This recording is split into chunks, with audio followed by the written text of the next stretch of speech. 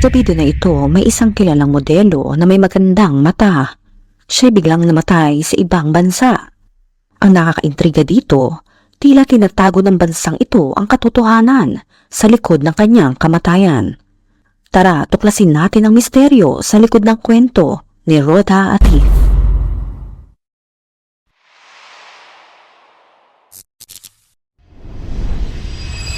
Simulan natin ang kwento sa Maldives, isang maliit na islang bansa sa Indian Ocean. Dito isinilang si Rhoda noong May 18, 1996. Ang kanyang ama ay si Muhammad na isang doktor at ang kanyang ina ay si Amanat. Habang lumalaki siya, ang kanyang natural na kagandahan ay unti-unting nagiging sentro ng pansin ng lahat sa paligid. Bukod sa magandang ngiti at magandang shape ng panga, mayroon siyang kumikinang na mga asul na mata na nagpapakita ng kanyang kakaibang ganda at nagpapahinto sa mundo upang tignan siya. Noong siya ay 17 years old, kumalat ang isang larawan niya na tinatawag na Maldivian Girl with Blue Eyes. Sumikat ito sa social media, Facebook, Instagram, pati sa Twitter. Talagang isang larawan na magpapatigil sa iyo upang pagmasdan ang kanyang ganda. Matapos makuha ang atensyon ng publiko, nagsimula siyang makatanggap ng mga tawag mula sa mga modeling agencies at mula noon ang kanyang buhay ay biglang nagbago. Bagamat sinubukan niya ang modeling ay hindi dito natatapos ang kanyang pangarap. Habang nag-e-enjoy siya sa trabahong ito, nais niya makilala siya hindi lamang dahil sa kanyang itsura. Mayroon siyang matinding kagustuhan na tulungan ng mga tao at mahusay siya sa siyensya. Kaya pinagsama-sama niya ang kanyang mga adhikain at nagpa siya na maging isang doktor. Pagkatapos niya sa high school, tumanggap siya ng isang scholarship upang mag-aral ng medisina sa Islami Bank Medical College.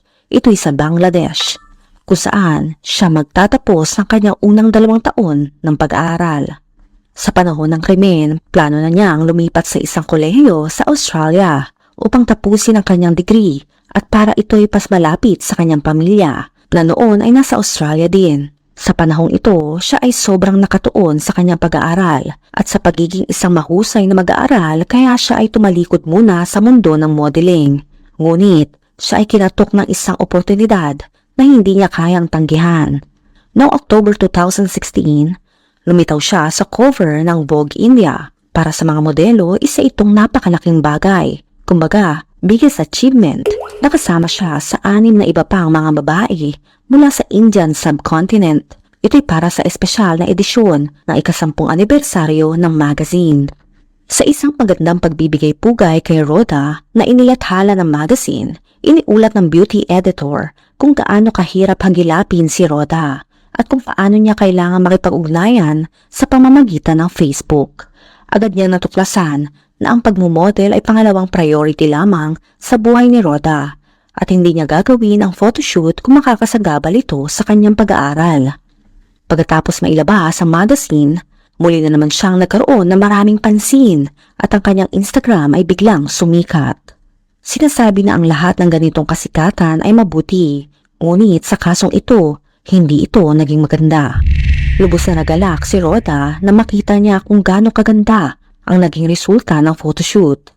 Ipinagmalaki niya ang kanyang trabaho na kanyang ginagawa, pati ng iba pang mga modelo at kung ano ang kanilang kinakatawan. Ngunit sa ginawa niyang ito, hindi lahat ay natuwa. Ang kanyang eskwelahan sa medisina ay isang napaka-conservative na institusyon at umiiral sa karamihang Muslim na estado ng Bangladesh.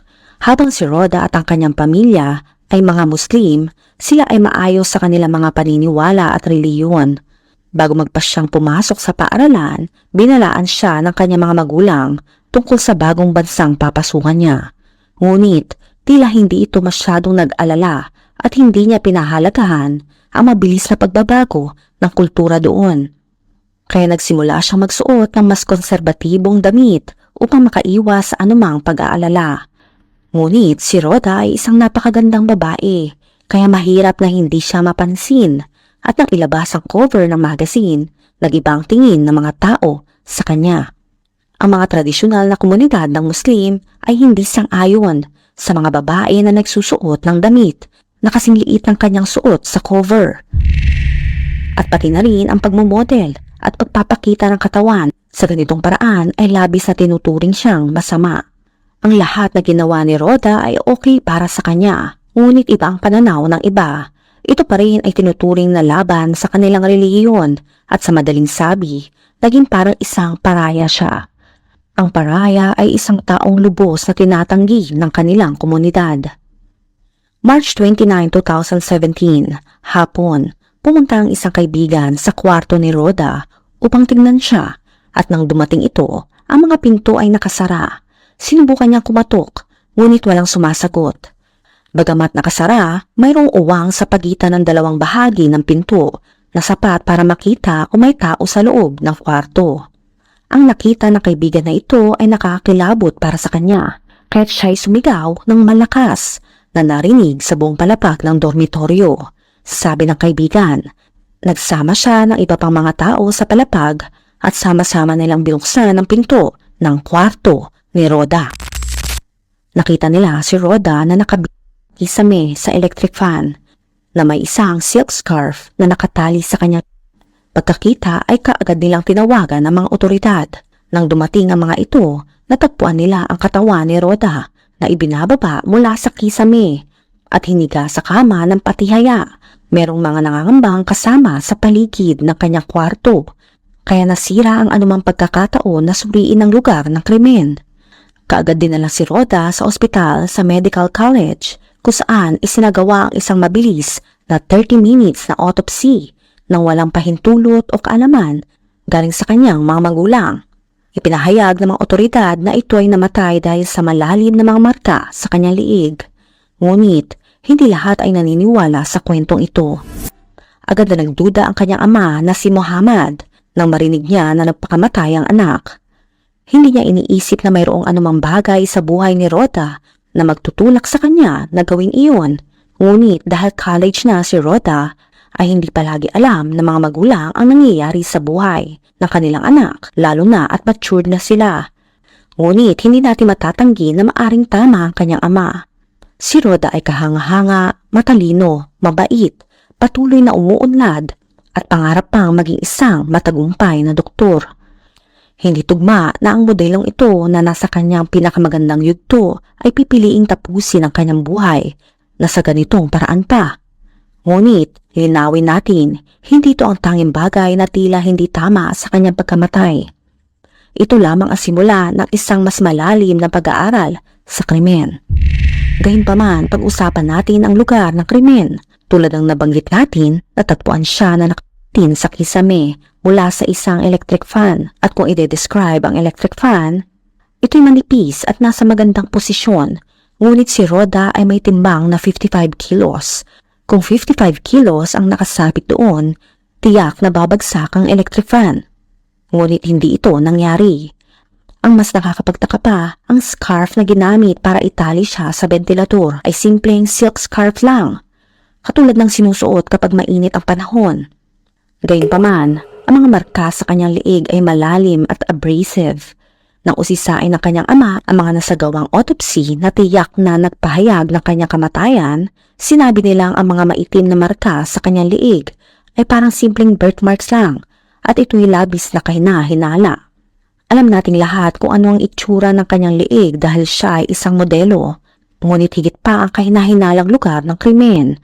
May malinaw na mga marka ng pakikipaglaban sa dormitoryo. May malaki ang pagkabasag ng salamin sa pader. At higit pa may nakitang tasa ng tsaa na kalahati na lang at ito'y naiwan sa mesa. At isang kaldero ng curry na niluluto para bang siya ay nag-aayos para sa kanyang araw nang siya ay atakihin. Anong dahilan niya para magluto sa mga sandaling iyon bago kitlin ang kanyang buhay? Ngunit ang pinakamalaking palaisipan ay ang kwento ng ilang mga kaibigan na nagsasalaysay na ang pinto na kanilang sadyang binuksan ay walang anumang palatandaan ng pwersahang pagsira. At tungkol sa kanyang mga kaibigan, pag-usapan natin ng kaunti ang huling taong nakita siya na buhay, si Sirat Parvin, ang pinakamatalik na kaibigan ni Rhoda sa paaralan. May dahilan upang isipin na siya ay nagsiselos kay Rhoda, maging ito man ay dahil sa kanyang magandang anyo, tagumpay sa paaralan, o kombinasyon ng pareho. Tila nga may ibang intensyon si Sirat. Isang linggo bago siya natagpuan, nagreklamo si Rhoda sa kanyang ama tungkol sa biglang pananakit ng tiyan nito at sinabi na nag-aalala siya na maaring ginawaan siya ni Sirat ng kanyang juice na iniimbak sa kanilang kwarto at dagdag pa rito, isang araw pagkatapos matagpuan si Rhoda, may kahina-hinalang aktibidad sa kanyang Instagram. Dahil sa kanyang estado bilang modelo, meron siyang maraming bilang ng taga-subaybay o followers, higit sa karaniwang gumagamit ng Instagram. At sa araw-araw na sumunod sa kanyang kamatayan, mayroong nakapasok sa kanyang account at nag-unfollow sa 2 tao. Yes, 2 tao lamang at isa sa kanila ay si Sirat. Para gawing mas kakaiba, ang Instagram account ay binura ilang araw pa ang lumipas. Ito ginawa ng isang misteryosong tao ulit. Dahil dito, nagsumite ang tatay ni Rhoda ng opisyal na reklamo sa hukom na nagsasabing si Sirat ay may kinalaman sa pagpatay sa anak at dapat muling imbestigahan ang kaso.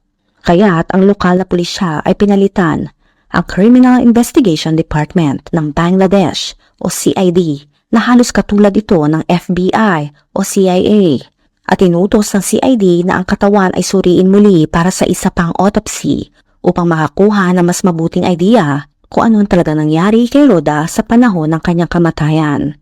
Pag-usapan natin ang ilang mga resulta ng autopsiyang iyon, ngunit bago yan, ating pag-usapan ang isa sa mga malalaking teorya tungkol sa kanyang kamatayan.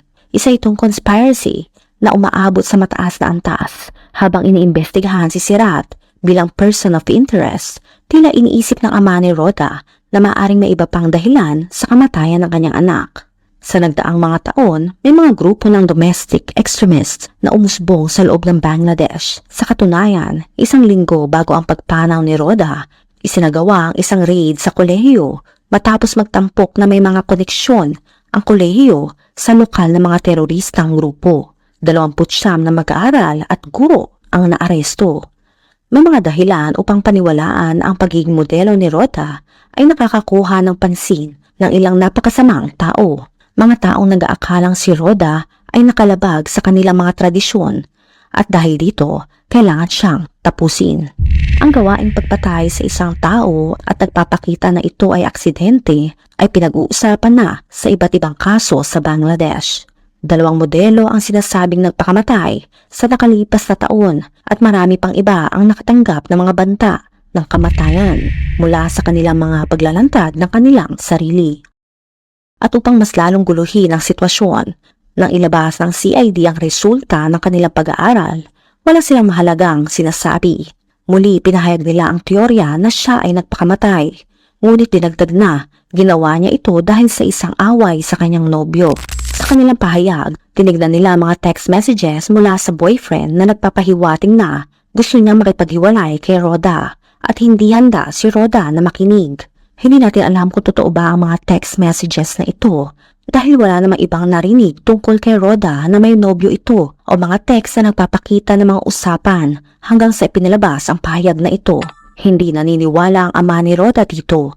Siya pa rin ay naniniwala na ang mga kaibigan ni Rhoda ay kasabwat ng mga mag-aaral na may koneksyon sa mga teroristang grupo na nais na tapusin si Rhoda at ang kanyang mga pangarap. At iyon na nga ang malungkot na kwento na hindi pa nalulutas na kamatayan ni Rhoda. Kayo, ano sa palagay nyo ang totoong nangyari? Naniniwala ka ba na ang kanyang kamatayan ay galing lang sa simpleng away mula sa kanyang boyfriend? O sa palagay mo, mayroon pang ibang dahilan na hindi dapat baliwalain? Let me know sa comment section.